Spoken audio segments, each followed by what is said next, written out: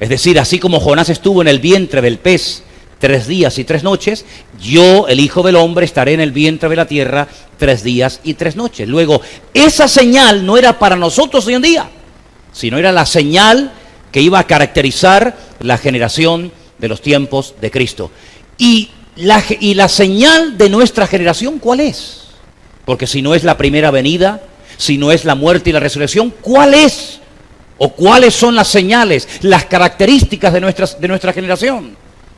Dice la Biblia que una de las señales será como los días de Noé. ¿Conocéis a Noé? ¿Sabéis de quién hablo?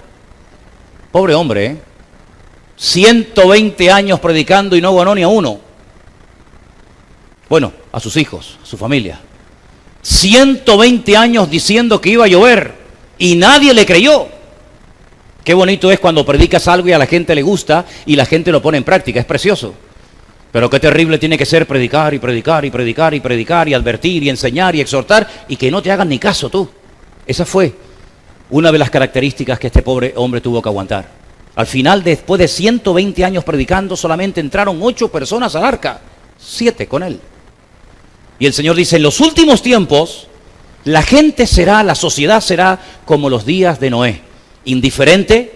¿Notáis indiferencia en España, hermanos, al Evangelio? ¿En Murcia qué tal? ¿Saben? Cuando llego a un sitio, siempre le pregunto a los hermanos o al pastor que me atiende o lo que sea, ¿cómo va la obra? ¿Cómo está la obra? Siempre hago la misma pregunta. Y la mayoría de las respuestas son generalmente siempre iguales.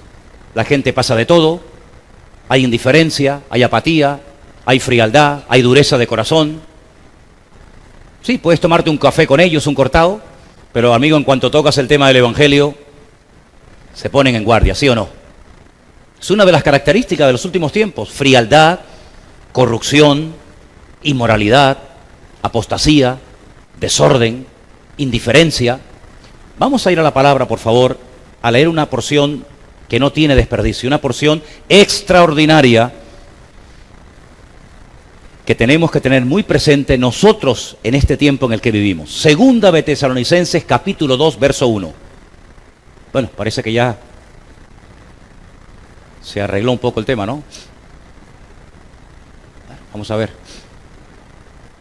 Con respecto a la venida de nuestro Señor Jesucristo y nuestra reunión con Él, os rogamos, hermanos, que no os dejéis mover fácilmente de vuestro modo de pensar, ni os conturbéis, ni por espíritu, ni por palabra, ni por carta, como si fuera nuestra, en el sentido de que el día del Señor está cerca.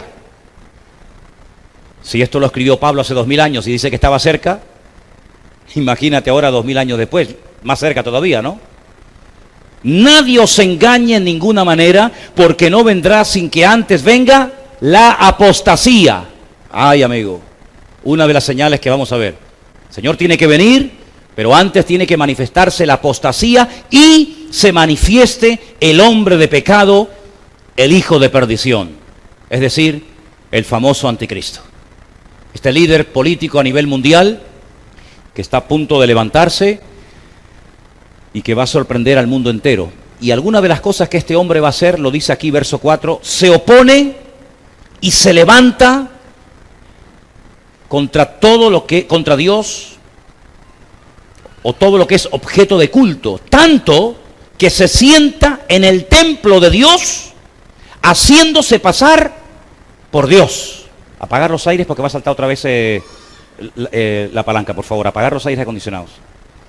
Se sienta en el templo de Dios. Yo hago una pregunta a ustedes en esta tarde. ¿Dónde está el templo de Dios? ¿Cuál es el templo de Dios? Porque si usted dice que el templo de Dios somos nosotros, quiere decir que el anticristo se va a subir encima tuyo. Luego no podemos interpretar esto como que se va a sentar encima de cada creyente. Porque el templo de Dios en aquellos tiempos era el único templo que había donde Dios decidió morar un tiempo. Y era el templo de Jerusalén.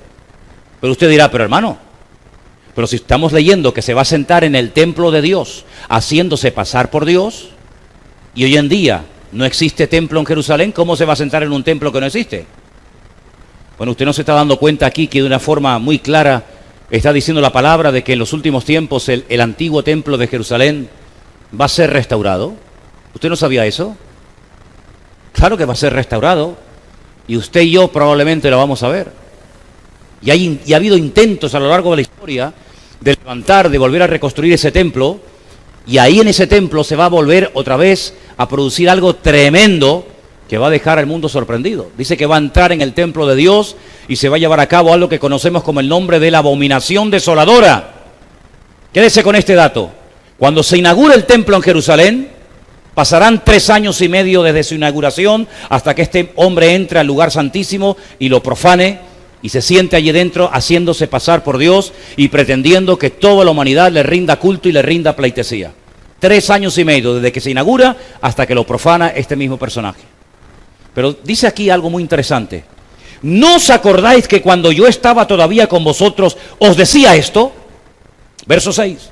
Ahora vosotros sabéis lo que lo detiene, a fin de que a su debido tiempo se manifieste. Porque ya está en acción el misterio de la iniquidad. Solo que hay quien al presente lo detiene hasta que él a su vez sea quitado de medio. Y entonces dice, y entonces se manifestará aquel inicuo a quien el Señor matará con el espíritu de su boca y lo destruirá con el resplandor de su venida. Inicuo cuyo advenimiento es por obra de Satanás con gran poder y señales y prodigios mentirosos. Y con todo engaño de iniquidad para los que se pierden por cuanto no recibieron el amor de la verdad para ser salvos. Por esto Dios les envía un poder engañoso para que crean a la mentira, a fin de que sean condenados todos los que no creyeron a la verdad, sino que se complacieron en la injusticia. Miren, hermanos, esto es muy claro de entender. Se lo voy a resumir de esta siguiente manera. El Señor tiene que venir. Hay más de 150 versículos en el Nuevo Testamento que dicen que Jesucristo tiene que volver otra vez a este mundo. Más de 150 versículos. Pablo habla en más de 50 ocasiones acerca de este magno acontecimiento, la segunda venida visible del Mesías, donde dice la Biblia que todo ojo le verá, toda rodilla se doblará y toda lengua confesará para gloria de Dios Padre que Él es el Señor de señores y el Rey de reyes. Amén. Si quiere usted más datos, más información acerca de este acontecimiento, lea por ejemplo, Zacarías capítulo 14, donde dice que cuando el Señor Jesucristo venga, dirá, dice la Biblia, ¿dónde va a venir? Dice que pondrá sus pies sobre el monte de los olivos. ¿Dónde está ese monte? En Jerusalén. Pondrá sus pies sobre el monte de los olivos y el monte se partirá y se hará un valle inmenso y saldrán del interior de la ciudad de Jerusalén ríos de agua viva. Y allí entrará en juicio con las naciones, en fin, ya hablaremos en su momento de todo esto. Pero no puede venir al Señor hasta que se manifieste la apostasía y se dé a conocer al mundo entero el hombre de pecado, el hijo de perdición, el que vulgarmente conocemos con el nombre del anticristo. La Biblia no revela el nombre propio de este hombre, pero da más de 300 detalles acerca de cómo es o de cómo será, para que cuando aparezca en escena mundial usted sepa reconocerlo y no se deje engañar. Porque dice la Biblia que una de las artimañas que utilizará será precisamente el engaño, la manipulación. Y la gente está tan deseosa de cambios, las naciones están tan hartas de ser engañadas, que en cuanto aparezca una persona que aparentemente viene ofreciendo verdades, la gente va a ser seducida y engañada de una forma tremenda, como nunca antes en la historia. Será un hombre con un carisma sin precedentes. No ha habido ningún líder mundial a lo largo de la historia, olvídese de todo lo que usted conoce ahora mismo, que le llegue ni la suela del zapato en lo que es carisma, elocuencia, presencia, e incluso un hombre que le caerá de momento bien a todo el mundo, cosa que como usted sabe muy bien es muy difícil o prácticamente imposible, porque caerle bien a todo el mundo, ni el mismo Señor Jesucristo le cayó bien a todo el mundo, como usted bien sabe. Pero el anticristo tendrá un carisma, un imán, un magnetismo tan espectacular que le caerá bien a los judíos y también a los árabes y a algunos cristianos también y a los de derechas y a los de izquierda. Le caerá bien a todo el mundo porque es un hombre que viene con respuestas, que viene con soluciones, no con promesas que luego no cumple. Y por eso dice el Señor en más de una ocasión, cuidado, cuidado, no se deje de engañar, cuidado con las falsas unciones, cuidado con los falsos mesías. Porque dice la Biblia que llegará un momento en el que el mundo estará clamando a gritos, que se levante ya, por favor, alguien que arregle la economía, que arregle el desorden, que arregle el caos. Y este hombre viene teóricamente a solucionarlo todo.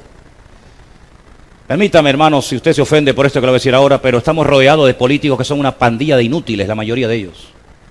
La mayoría de los políticos, por lo menos que tenemos en España, la mayoría son unos inútiles.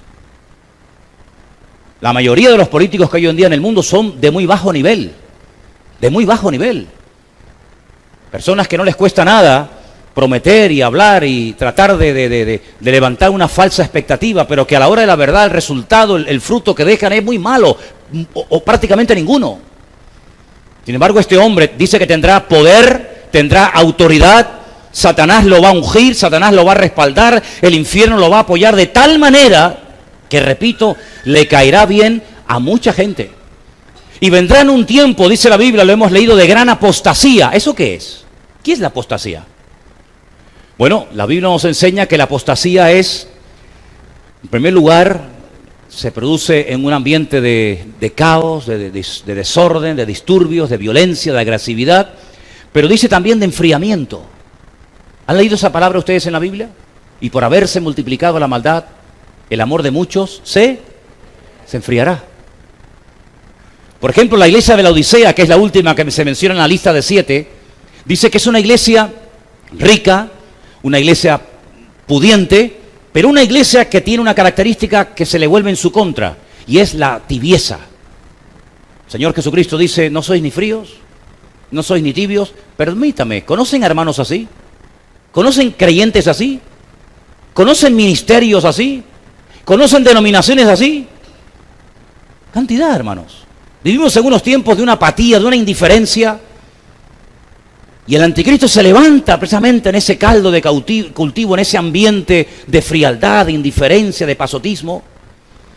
Y viene apoyado, y viene avalado, y viene, digamos, apuntalado por otro personaje del cual habla mucho, mucho la Biblia. Y es el que la Biblia llama el falso profeta. Profeta, pero falso. Porque usted sabe que en la Biblia hay verdaderos profetas, pero también hay muchos falsos profetas. ¿Y cuántos falsos profetas se han metido en muchas congregaciones? Y empiezan a endulzar los oídos de la gente y empiezan a profetizarle a la gente lo que en el fondo la gente quiere oír. Y serás importante, y tendrás no sé qué, y tendrás un ministerio maravilloso, y viajarás por aquí, y serás reconocido, y tu iglesia no sé qué. ¿Cuántos falsos profetas han hecho desastres en las congregaciones, verdad? Sin santidad, sin poner tu vida en orden, sin buscar de Dios, sin oración. Te ofrecen todo a cambio de nada. ¿Qué te parece? Venga, vamos a recibir unción, vamos a llenarnos del Señor, vamos a gozarnos en el Señor. No importa si vives en desorden, no importa si vives en pecado, no importa si no te hablas con el hermano que está sentado a tu lado, no importa si has humillado a tu mujer hace media hora antes de venir a la iglesia, no importa si no eres una persona espiritual, no importa, el Señor te ama y te quiere bendecir y todo a cambio de nada. Ese es el mensaje que cae bien en las congregaciones. Ese es el mensaje de muchos que se llaman profetas, que vienen a las iglesias y te dan todo, ¿verdad? Vengan, hermanos, vengan adelante, vamos a orar. Ahora levante la mano y voy a orar, a soplar, o le doy con la chaqueta. Alguna vez se me han preguntado, hermano, ¿por qué hay pastores que cuando oran y le tiran la chaqueta a la gente se cae? Y le digo, porque dentro de la chaqueta tienen una llave inglesa. Y claro, te mete un chaquetazo de esos y caes como una pelota al suelo, ¿no? Es una broma, ¿no? Pero ¿saben una cosa, queridos hermanos? Vivimos en unos tiempos muy peligrosos, muy, muy peligrosos. ¿Saben cuánta gente está dispuesta a pagar con tal de que su hijo sea sanado, con tal de que su marido vuelva otra vez con ella, con tal de que su matrimonio sea restaurado? ¿Saben cómo se han levantado los santeros, los brujos, los centros esotéricos?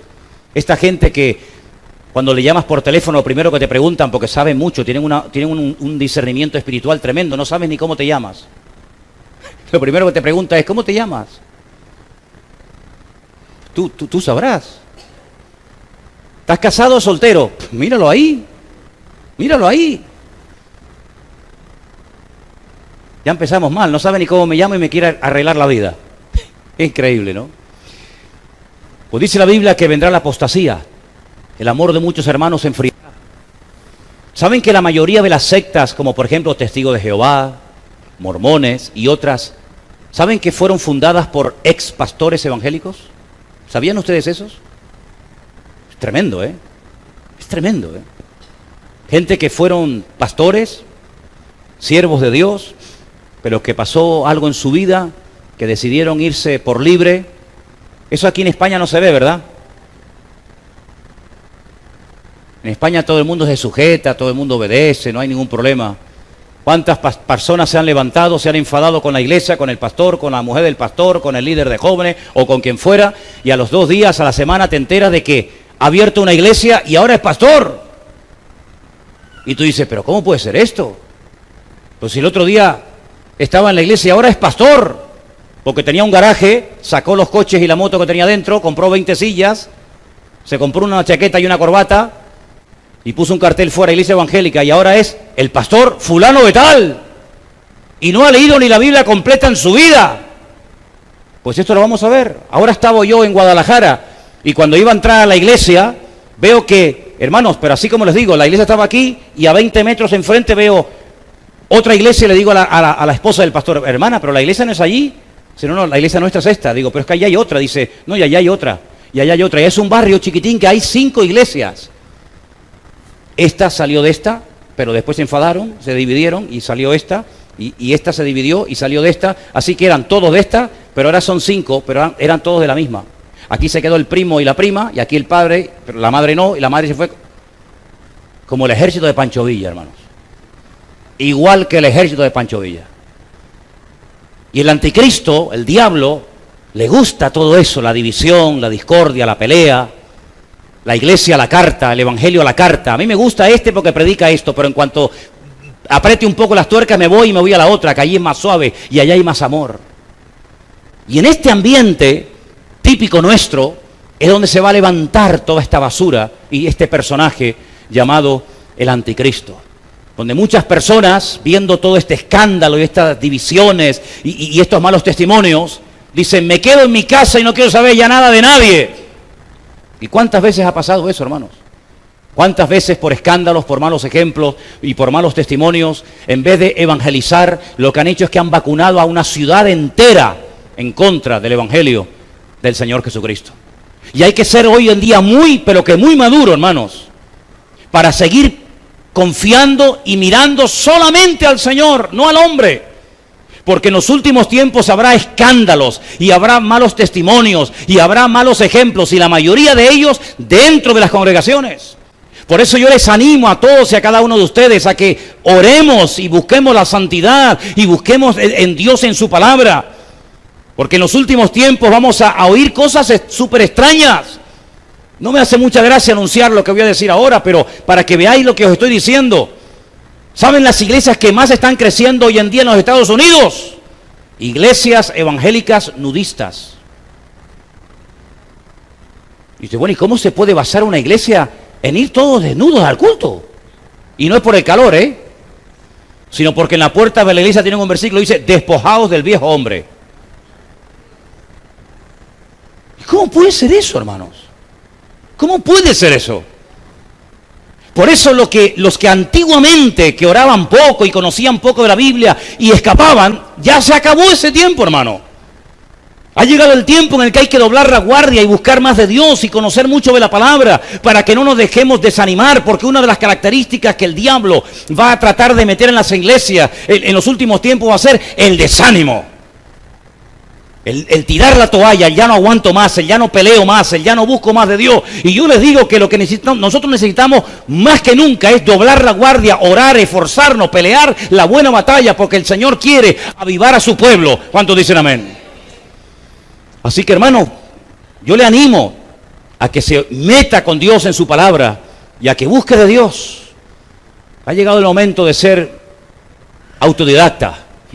Y no depender tanto del púlpito, no depender tanto de ministerios, no depender tanto del fulanito, del menganito, sino depender única y exclusivamente del Señor. ¿Cuántos dicen amén? Y una de las cosas que va a entrar en crisis en los últimos tiempos es la santidad.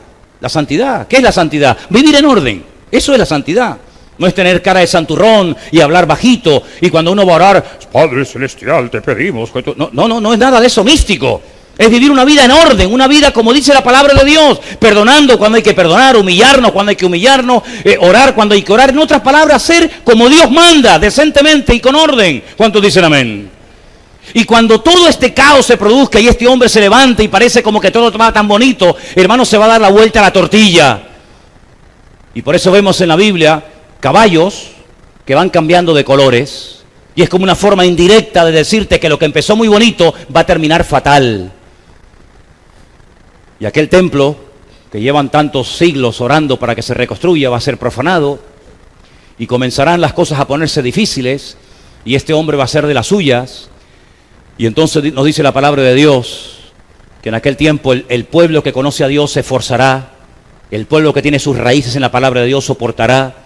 Y podrán caer por un lado y por otro. Pero los que tengamos la mirada y la confianza puesta en el Señor, permaneceremos fieles y firmes hasta la muerte. Y bueno, hermanos, al final de los tiempos, cuando ya el mundo esté ya de mal en peor, cuando ya incluso el mismo pueblo de Israel, que ha ganado todas las guerras que ha librado, en los poquitos años que tiene como nación ahora en esta última etapa moderna, todas las veces que le han atacado siempre ha salido vencedor, nunca ha perdido. Hombre, claro, ha habido víctimas, ha habido bajas humanas, pero siempre ha ganado.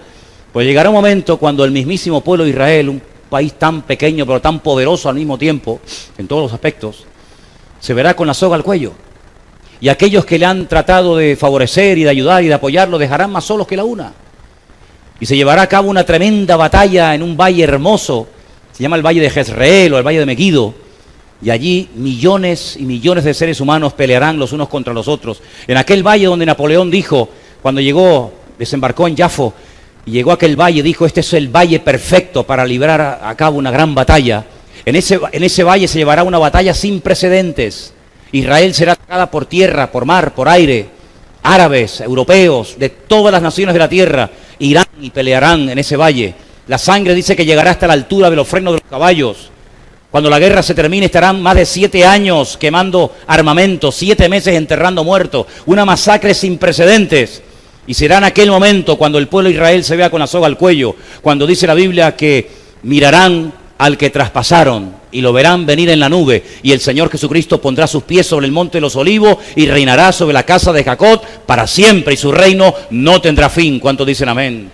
Así que vamos a entrar en unos tiempos muy complicados, vamos a entrar en unos tiempos donde aparentemente como que no está pasando nada, pero hermano, este mundo es un polvorín que en cualquier momento explota y sale todo por los aires. Y por eso una de las cosas que yo quiero pedirles a todos y a cada uno de ustedes en esta tarde es que, hermanos, vivan una vida cristiana consecuente. No vivan desde la teoría, no vivan vidas light. Me congrego cuando quiero, leo cuando quiero, hago lo que me da la gana, pero el Señor sí, que siempre me bendiga, que siempre me ayude, que siempre me respalde. No, hermano. Ha llegado el momento de verdad de vivir vidas santificadas, vidas comprometidas, vidas donde vamos en serio con el Señor, peleando no cualquier batalla, no metiéndonos en historias y después pidiendo, Señor, socorro, ayúdame, que me he metido en otro lío, sino peleando la buena batalla, como dice la Biblia. Y consultando, por favor, consultando, no informando, que no es lo mismo, aparentemente, pero no es lo mismo, ¿eh? No es lo mismo que un hijo te llegue y diga, papá, que mañana me voy de casa. No es lo mismo que te diga un hermano, ora por mí que mañana voy a hacer un negocio. No es lo mismo informar que consultar. En el fondo, ¿qué es lo que queremos hacer, hermanos? ¿Nuestra voluntad o la voluntad del Señor? Nuestra voluntad puede estar equivocada, ¿sí o no? Pero Romanos 12:1 dice, presentad vuestros cuerpos en sacrificio vivo. Bueno, previamente dice, no os conforméis, no seáis conformistas, no os conforméis a este siglo, sino renovaos por medio de la renovación de vuestro entendimiento para que podáis comprobar la buena voluntad de Dios, que es santa, agradable y perfecta. Por eso es muy bueno consultar a Dios. Señor, ¿qué opinas tú de esto? Señor, ¿compro o vendo? ¿Me voy o me quedo, me levanto o me siento, hablo o me callo. Consultar con Dios. No te fíes, no te apoyes en tu propia prudencia. Fíate del Señor de todo tu corazón. Encomienda al Señor tu camino, confía en Él y hará. ¿Qué te voy a decir yo que no sepas? Pero consultar con el Señor.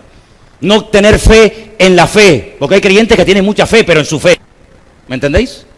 Tengo una fe tan grande que creen que la fe es la llave maestra, que le abre todo a vida y por haber, y que Dios está a tu entera disposición 24 horas al día, como el cajero de la Caixa. Que llegas a las 3 de la mañana y sacas dinero, o a las 2, o a las 10. No. Somos nosotros los que tenemos que estar a la entera disposición y el servicio del Señor 24 horas al día, ¿sí o no? Por supuesto, hermano, por supuesto.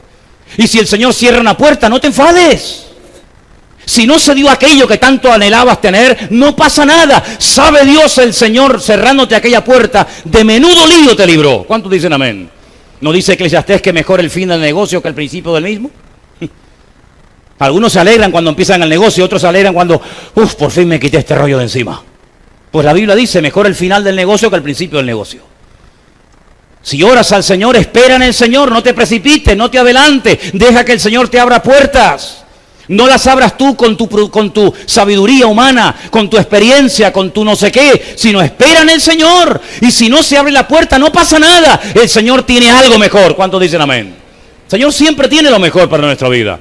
Él sabe lo que te conviene y lo que no te conviene. Lo que ahora crees que puede ser lo mejor de tu vida, mañana ándate con ojo que puede ser lo peor de tu vida. Como alguien dijo, y hermano, no me refiero a vosotros, creedme. El matrimonio puede ser la clave o el clavo.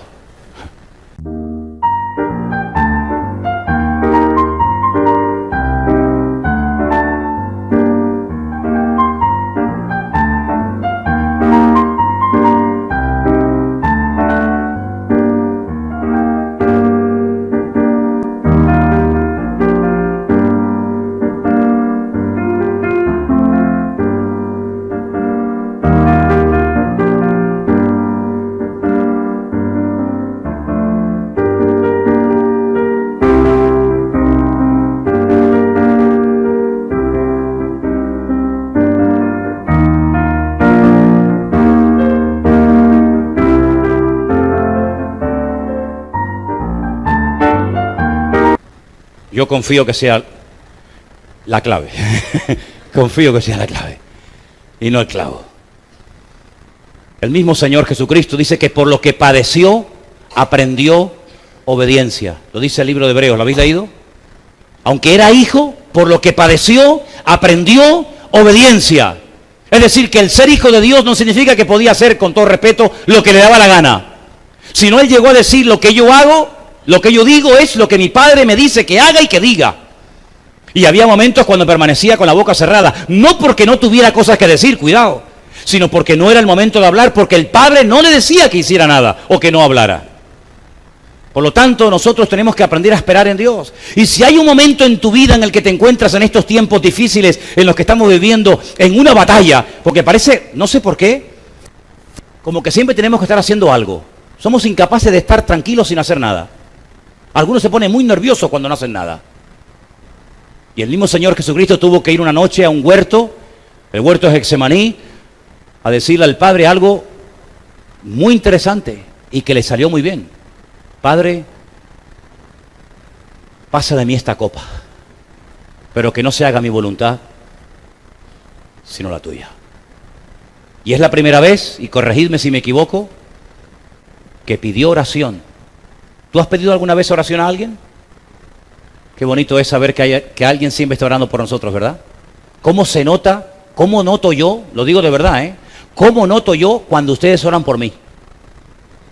Y todos ahora están contentos y orgullosos, ¿no? Pero ¿saben qué? ¿Cómo noto yo cuando no estáis orando por mí, ¿Cómo lo noto, Sobre todo Elena.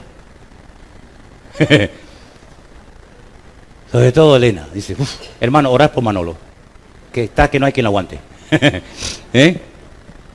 Pedro, Jacobo, Juan, ¿podéis orar por mí esta noche que mi alma está triste hasta la muerte? Tú, Señor, tú, pedirme oración a mí. Pero, Señor, qué humildad de parte del Señor, Orar por mí, el creador del universo, el rey de reyes, el señor de los señores, el salvador del mundo, pidiendo a sus discípulos que oraran por él. ¡Qué acto de humildad tan tremendo! Alabado sea Dios. No dijo, ¿cómo estás? Dios, bien, bien. Como alguna gente, ¿cómo estás? Yo, bien, bien, todo bien. Y después están hechos polvo por dentro. El Señor no vivía de apariencias. No hay que vivir de apariencias. Si hay que pedir oración, pide oración, hermano. Y cuando hay que dar testimonio, dé testimonio, no pasa nada. Y se le quedaron dormidos, sabemos la historia, ¿verdad? Qué tremendo. Pero hermano, estamos en unos tiempos en los que necesitamos orar mucho los unos por los otros. Porque dice la Escritura, y usted lo sabe bien, que el juicio por donde va a comenzar la zaranda, la limpieza va a ser por la casa de Dios. Porque el Señor no viene a buscar una iglesia en cualquier condición. El Señor, que yo entienda, viene a buscar a una iglesia sin mancha y sin arruga. Y con todo respeto lo digo, y es mi opinión personal, yo creo que todavía en la iglesia del Señor todavía hay muchas arrugas y muchas manchas. ¿Sí o no? ¿Las arrugas por qué salen? ¿Qué tiene que hacer uno para que salgan arrugas? Díganme, sí. Nada, ¿no? Las arrugas vienen porque uno se va haciendo mayor, ¿sí o no? Pues si el Señor viene a buscar una iglesia sin arrugas, es porque quiere una iglesia joven, una iglesia renovada, no una iglesia vieja, una iglesia enferma, una iglesia en una pésima condición. Viene a buscar una iglesia con vitalidad, no viene a buscar una iglesia medio moribunda, media muerta, viene a buscar una iglesia renovada y viva. ¿Cuántos dicen amén? ¿Y qué tiene que hacer uno para mancharse? Hombre, para limpiarse uno tiene que hacer muchas cosas, pero ¿y para mancharse? Nada. Hermanos, cuando a veces veo la basura que se acumula, a lo mejor en un día limpiando la casa, digo, ¿y cómo entró tanta suciedad a la casa? Es que entra la suciedad, es que las cosas se manchan solas. Se manchan solas, hermano. ¿Usted se baña de vez en cuando, sí o no? ¿Sí o no? Hombre, pero no, si no encendemos los aires otra vez. Y los dientes hay que lavarlos de vez en cuando, ¿no? Y perfume, esas cosas, ¿sí o no? No diga, el Señor es mi pastor, nadie faltará. Sí, pero un baño te hace falta, ¿eh? Un baño de... El Señor viene a buscar una iglesia sin arrugas, renovada, joven, vital y sin manchas. Y nos manchamos cuando nos metemos donde no tenemos que meternos. Y hermanos, por eso tenemos que pedir cada día, Señor, limpia mis ojos. Limpia, porque son las ventanas del alma. Y lo que entra por los ojos domina el corazón. Qué gran verdad decía el Señor cuando dijo, si tus ojos te dominan, querido, y no los puedes controlar, mejor arráncatelos, que mejor es entrar tuerto que no entrar. Limpiarnos de toda inmundicia, limpiarnos de tanta basura. Hoy en día el diablo lo ha puesto tan fácil, que no hay que salir de casa para pecar. Ya en un aparatito que llevamos todos en el bolsillo, ya llevas ahí una bomba de relojería. Y nuestros teléfonos no son kosher, ¿eh? Ahí tienes todo lo que quieras. Y hay que tener mucha madurez y mucho temor de Dios para decir, esto no conviene, esto no es de Dios. Y cuando una persona es madura, tiene que tener, dice que por el uso y por la práctica, dice Hebreos, los sentidos desarrollados de tal manera que sabe discernir, sabe interpretar en todo momento lo que conviene de lo que no conviene. ¿Y quieres saber si eres maduro? ¿Quieres saberlo, hermano y hermana? ¿Quieres saber si has crecido y madurado en el Señor? ¿Qué haces cuando nadie te ve? Cuando no tienes al que te hace sombra, al que te vigila, cuando nadie te ve. Bueno, quiero decirte que cuando nadie te ve, siempre hay alguien que te ve. Y son los ojos del Señor. ¿Qué haces cuando estás solo? Ay, hermanos, vivimos en unos tiempos difíciles y peligrosos porque una de las cosas que estamos viendo de una forma tremenda es ver que el elemento básico que sustentó a la humanidad durante décadas y generaciones, como era la familia, se está desmoronando de una forma terrible. La familia ha entrado en crisis.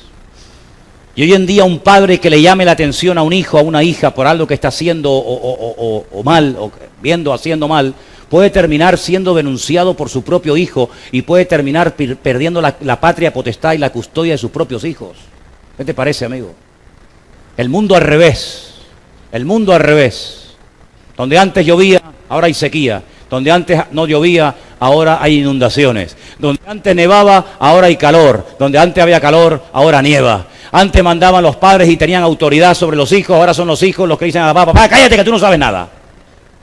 ¿O no te ha pasado eso? Antiguamente se decía, cuando los mayores hablan, los niños se callan. Ay, amigo, no se te ocurra decir eso, ¿eh? Porque hoy en día es al revés. Mamá, que tú no sabes nada, que tú no sabes nada. Y el padre tiene que callarse hasta que el mocoso termine de hablar y termine de opinar. Sin embargo, en la Biblia nuestra dice que los que tienen que honrar son los hijos a los padres y no los padres a los hijos. Eso dice la Biblia. Pero vivimos en tiempos donde los principios se han perdido. Cuando miras a una persona, lo tienes que mirar muy bien de arriba abajo porque no sabes con quién estás hablando. Si lo tratas de él o de ella o no sé de qué. El otro día yo hablaba con una persona y lo estaba tratando como una mujer. Y después resulta que le miré así las manos y digo, ahí va. Este me da un guantazo y me parte a la mitad. Y era un hombre, tú. Pero cualquiera dice algo acerca de eso. Cualquiera dice algo. Ahora yo iba en el barco a la península y durante la noche hacían espectáculos en un barco donde uno va a lo que va, de drag queen, de homosexuales, de lesbianas allí delante de los niños, delante de todo el mundo como si nada. Y la gente aplaudiendo y participando. Algo terrible, algo terrible. Pero no digas nada en contra de eso, porque estás caducado. Eso es de la época de antes. Ya hoy en día todo ha cambiado y diferente. Hermanos, nuestro patrón, nuestra regla de conducta es la palabra de Dios.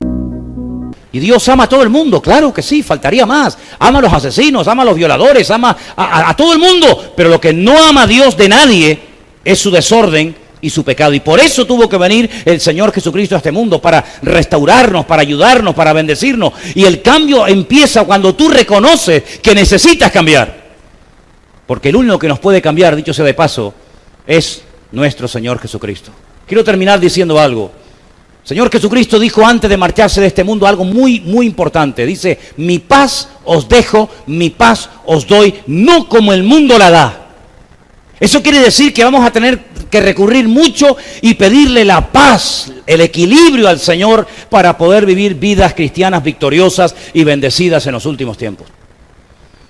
Y ha llegado el momento, hermanos, cuando el Señor nos ha demostrado muy claramente algo que yo creo que tenemos que tener grabado a fuego en nuestros corazones, y es que Dios es fiel y nunca abandona a sus hijos. ¿Cuántos dicen amén?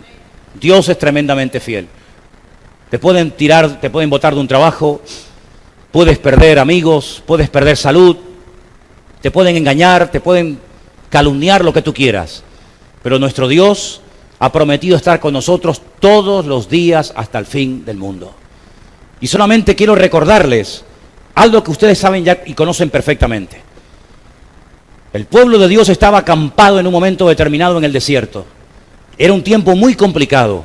Habían salido de un tiempo de esclavitud, de opresión, de tortura terrible. Y se aventuraban a una aventura, a un país nuevo, desconocido, pero un país donde Dios quería que entraran. Y estaban en terreno de nadie. Estaban en el desierto. Ni entramos ni salimos. Estamos aquí, ¿ahora qué hacemos? El Señor les dio instrucciones, les dio palabras, les dio exhortaciones, les dio mandamientos, en fin, todo lo que ustedes saben. Pero un día apareció por el campamento unas personas, un pueblo, que engañaron. Un pueblo que mintieron diciendo que eran de muy lejos, de muy lejos. Dice, mirad cómo vestimos. Cuando salimos de nuestra casa, nuestras ropas estaban nuevas, intactas, y mira, ahora son harapos. Y cuando salimos de nuestras casas, nuestro pan estaba calentito, recién sacado del horno, y ahora está mohoso, ahora está malo. Por lo tanto, no tengáis miedo, no somos vecinos vuestros, venimos de lejanas tierras y queremos pactar con vosotros, queremos adaptarnos a vuestra cultura, queremos ser amigos.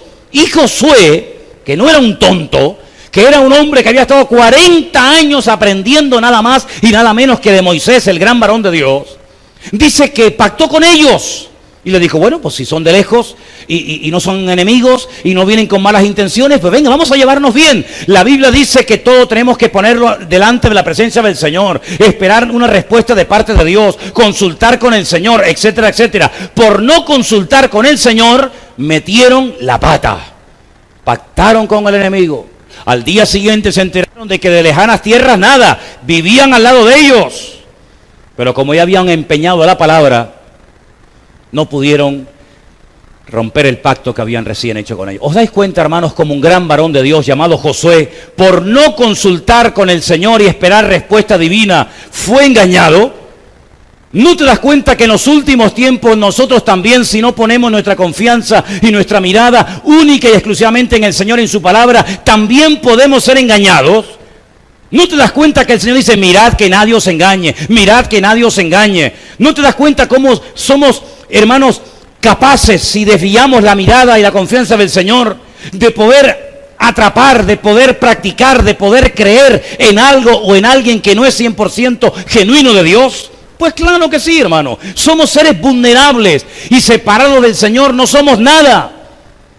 Por eso yo lo que les pido que en esta noche hagamos es que oremos al Señor y le pidamos al Señor, Señor, dame sabiduría. Quita de mi camino gente que me viene a enredar, a hacerme perder el tiempo, a robarme bendición. Pero Señor, también te pido que pongas en mi vida y en mi camino a gente que me vengan a aportar algo positivo a mi vida, Señor. No perdamos el tiempo, hermano. Sobre todo a los jóvenes les pido, por favor, no pierdan el tiempo. No pierdan el tiempo en conversaciones absurdas y ridículas, llenas de vanidades, sin objetivos espirituales de ninguna índole. Pasemos tiempo a solas con el Señor, conozcamos al Señor, conozcamos la palabra del Señor, descubramos el corazón de Dios. ¿Qué es lo que a ti te gusta, Señor? ¿Cómo te puedo agradar, Señor? No solamente dame, sino, Señor, ¿en qué te puedo servir? Quiero conocerte, quiero honrarte, quiero servirte con mi tiempo, con mis talentos, si es que tengo alguno, con mi energía, con mis capacidades. Quiero, Señor, estar a tu servicio. Y el Señor nos puede sorprender. Yo creo que todavía el Señor quiere y puede contar con nuestra vida. ¿Cuántos lo creen? Yo creo todavía que somos potencialmente útiles para el Señor. No perdamos el tiempo, hermanos. Consultemos con Dios. Y estoy plenamente convencido de que si ya hemos entrado en este callejón sin salida llamado últimos tiempos o tiempos finales, el Señor nos va a guardar. El Señor nos va a proteger, dice, porque aunque tenemos poca fuerza, si nos mantenemos fieles al Señor, Él y solamente Él nos guardará de la hora de prueba que ha de venir sobre todas las naciones de la tierra. ¿Cuántos dicen amén? Cierra tus ojos ahí donde estás, hermano, por favor. Vamos a orar. Pidámosle al Señor sabiduría. Pidámosle al Señor que abra nuestros ojos, que hoy se ha cantado esa canción, abre mis ojos, Señor, para que no seamos víctimas de falsas enseñanzas, de falsas doctrinas, de historias extrañas y raras que aparentemente suenan muy bonitas, pero que su fin son muerte. Que verdaderamente, hermanos, a estas alturas de nuestra vida, que ya han pasado ya unos cuantos años, podamos tener las cosas claras y sobre todas las cosas saber quién es nuestro Dios. Conozcamos más de nuestro Dios, sirvámosle mejor y pidámosle juntos al Señor en esta noche que Él nos guarde y nos ayude y nos bendiga en esta noche y en esta semana y a lo largo de nuestra vida. Bendito sea tu nombre, Dios Todopoderoso, Dios del cielo y de la tierra. Invocamos tu nombre en esta noche. Y pedimos, Señor, que nuestra vida sea una vida útil, que el propósito por el cual tú nos creaste, Señor, se cumpla 100% en nuestra vida. Quita de nosotros lo que no te agrade, Señor. Abre nuestros ojos para que podamos, Dios mío, estar atentos, velando, orando, sabiendo en todo momento, Señor, que las profecías se están cumpliendo de una forma tremenda, que tú te acercas, que tú vienes pronto a buscar a tu pueblo sin mancha y sin arruga. Quita de nuestra mente malos pensamientos, quita de nuestro corazón las malas inclinaciones, porque perverso y maligno es el corazón. Señor, te rendimos nuestra vida, te rendimos nuestra juventud, nuestra adolescencia, nuestra familia. La ponemos ante los pies del Señor y pedimos, Señor, que nos guardes de estos tiempos difíciles en los cuales estamos viviendo, Señor. Extiende tu mano, Señor, y levanta tu iglesia con poder. Aviva tu obra, Señor. Y permite tú, Señor, que hasta el último momento de nuestra existencia, nuestra vida sea una vida de bendición, una vida útil, y una vida, Señor, que te glorifique a ti, Señor. Gracias te damos porque sabemos que contamos con tu ayuda, contamos con tu respaldo y pedimos, Señor, que tú nos guardes a todos y a cada uno de nosotros.